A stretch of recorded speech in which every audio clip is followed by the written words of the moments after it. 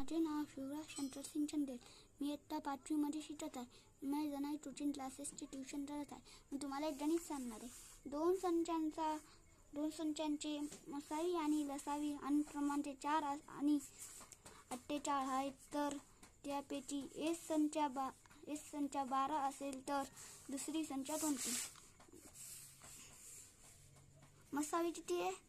पहिले 4 आहे म्हणून पहिले 4 लिहून टाकलं. गुणिलेचं गुणिले.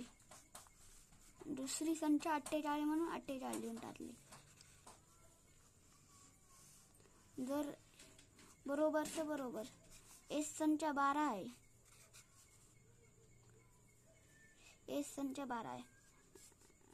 दूसरी संख्या इसका कुछ पता नहीं. दूसरी संख्या